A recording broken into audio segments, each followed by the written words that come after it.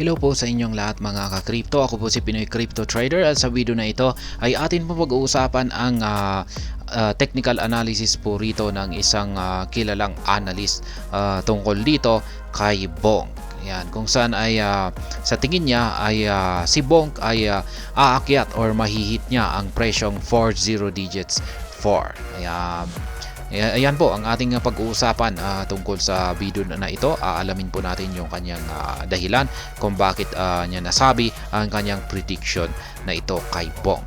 At ayan, bago po tayo magpatuloy ay nais ko lamang po munang bigyang linaw ang aking disclaimer kung saan ang nilalaman po ng video na ito ay hindi po ito isang financial advice. For education and information purposes lamang po ang layunin nito. Maliban po dito ay nais ko na rin po magbigay babala na wala pong kahit anumang group chat ang Pinoy Crypto Trader. Ayan, sabi po rito ay Bonk is a trending meme token that has seen a massive 71% increase in value over the past week, reaching 40 digits 18 at press time. Kaya ayan, pinagkakagulan po siya. Trending po na meme coin itong si Bonk ngayon sapagkat nitong nakalipas lamang na linggo na ito ay nagbigay po siya ng massive na 71% na price increase. Kaya ayan, kumikita po yung mga nakabili ng Bonk token nung mababa yung presyo nito. Kaya ayan, tuloy-tuloy pa rin yung kanyang pag-angat. Kaya ayan, hanggang ngayon ay kaya meron nga silang tinatawag na Bonk Mania. Ayan, tuloy pa rin ang Bonk Mania dahil sa ipinapamalas na matinding performance ni Bonk token hanggang sa ngayon. Ayan, this growth follows its recent listing on major exchanges like Binance and Coinbase. In the last month, Bonk's value has surged by 300% and is up by 21,000% since its all-time low in December last year. Kaya ayan, nitong nakalipas lamang na buwan ay nagbigay po siya ng gain na 300%. Ayan, at ang nagdulot pa rito or dumagdag sa paglago ni Bonk ay yung yung pagkakalista ni Bonk dito sa mga major exchanges. Yan, mga nangungunang mga exchanges na si Binance at saka si Coinbase. Kaya mas lalo pa talaga itong sumabog or nagpatuloy ang kanyang paglipad sa presyo. Kaya mula po sa kanyang all-time low nitong December last year po yan, nakalipas na taon ay at hanggang sa presyo niya ngayon, kasalukuyang presyo niya ngayon ay nagbigay po siya ngayon ng meron po siyang 21,000% na gain na ibinigay na kita. Kaya kung isa po kayo sa mga nakabili nito, ayan, kay Bonk token noong December last year, yung bagong labas pa lamang ito, ay ayan, meron na po siguro kayong kita na 21,000% sa ngayon. Kaya ayan, these figures have positioned Bonk as one of the top performing cryptos in 2023 and highlight its potential for further growth with upcoming listings. Kaya ayan na nga, dahil sa napakatinding performance na ito, biruin mo naman 21,000% na gain. Ayan, dahil sa napakatinding performance na yan na ipinakita ni Bonk ay isa po siya sa mga kinikilalang top performing cryptos ngayong taong 2023. At ayan, mukhang magpapatuloy pa ang kanyang pagsabog o yung kanyang pagtaas or paglago sa presyo sa mga susunod na mga paparating na mga listings sa mga iba't ibang mga crypto exchanges. Kaya ayan, kung pag mangyari po yan ay talagang walang tigil po sa pag-angat sa presyo itong si Bonk. Kaya ayan, the dog coin of the people. Ayan, sabi rito, riding the wave of exchange listings and market optimism. The recent surge in Bonk value is closely tied to its adoption by leading crypto exchanges. Kaya yan, isa po ito sa mga nagdulot sa kanyang catalyst. Yan, or yung adoption.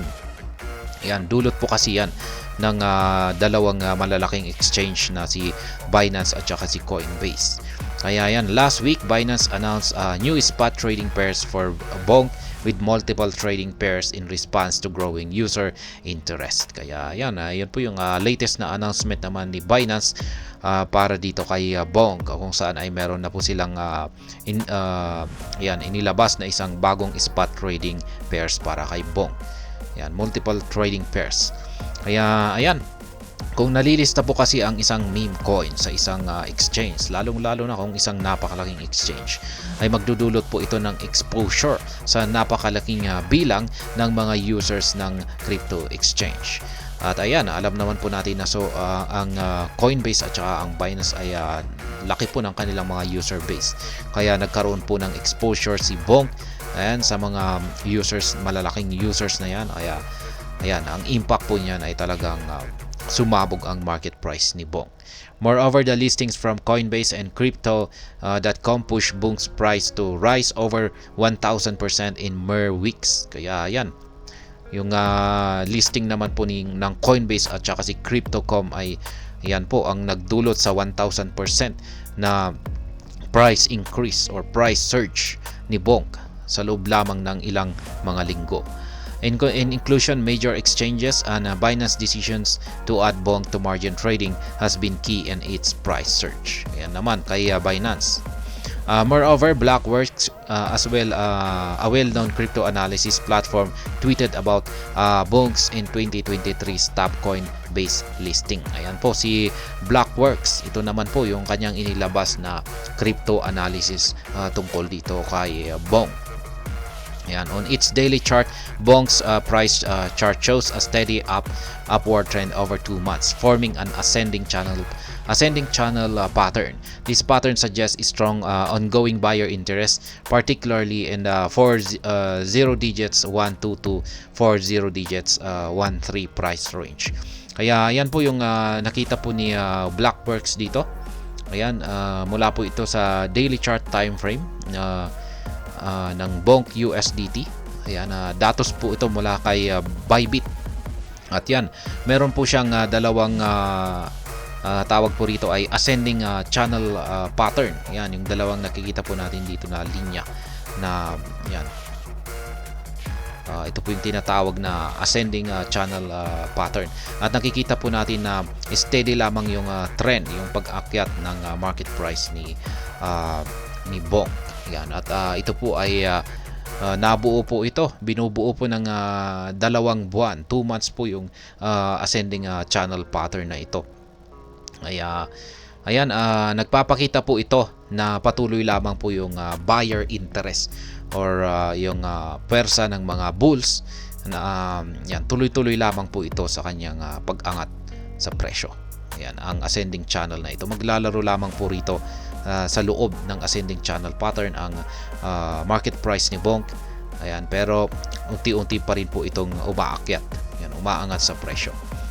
Ayan, prominent analysts like Jacob Cryptoberry and platforms like CoinCodex predict further growth for Bonk and targets a price of 40 digits 4 and 40 digits respectively. Kaya yan po yung mga prediction ng mga kilalang analyst dito. Una ay si Jacob Cryptoberry. Yung kanyang prediction dito kay Bonk ay magpapatuloy lamang po ito. Magpapatuloy lamang si Bonk sa pag-akyat sa presyo hanggang sa mahit niya ang price target na ayan po 40 digits 4. At pagdating naman dito kay CoinCodex, yung kanyang prediction naman po ay mas mataas kumpara kay Jacob Cryptoberry, kung saan ay nasa 40 digits 6. Yan naman po yung kanyang prediction dito. These predictions are based on current market interest and technical analysis of Bonk's market performance. Kaya yan, yung kanilang mga prediction na ito ay nakabase raw po sa market interest. Yan, ito po yung nakikita nila yung parang sentiments. Yan, nakikita yung mga behavior, yung mga emotions na nagaganap sa market. Kaya yan yung isang kanilang naging basihan. At saka yung pangalawa ay yung technical analysis. Yan, gamit po yung mga charts katulad po nito, ascending channel na ito. Channel pattern na ito, ginamita, may technical analysis po sila pero hindi po nila ipinaliwanag dito. Kaya basta yan na lamang po yung kanilang mga potential targets dito. While short-term price dips are possible, the overall market sentiment remains bullish. Kaya yan, yung behavior naman po ng market ni Bonk, yan, emotional, yan, market sentiment ay bullish pa rin po. Nananatiling bulls ang may control sa market ni Bonk. Ibig sabihin ay tuloy-tuloy lamang po na sila yung pinapaangat po nila ang market price ni Bonk, especially with the anticipation of Bonk being listed on other significant platforms like Kraken, Bitstamp, and Gemini. Kaya yan, lalong-lalo na at inaabangan po ng lahat na ang pagkakalista na naman ni Bonk sa mga iba pang mga kilala at malalaking mga crypto exchange na tulad ni Kraken, Bitstamp at saka si Gemini. Yan po ulit ang siyang parang tuloy-tuloy lamang, magpapatuloy lamang na magdudulot ng driving force para tuloy-tuloy lamang sa pag-angat sa presyo itong si Bonk sa mga susunod na mga araw, mga linggo. Ayan. Kaya yan po ang prediction ng mga analyst dito kay Bonk. Yan, mukhang aakyatin daw po niya ang presyong 40 digits 4 or 40 digits 6. Kaya yan po yung mga price targets ng mga kilalang crypto analyst natin na nagbigay ng kanilang prediction dito. At ayun, hanggang dito na lamang po tayo sa video na ito. Sana po ay inyong nagustuhan ang aking paliwanag dito. Kung inyo po itong nagustuhan ay pakiclick lamang po ang like button nito.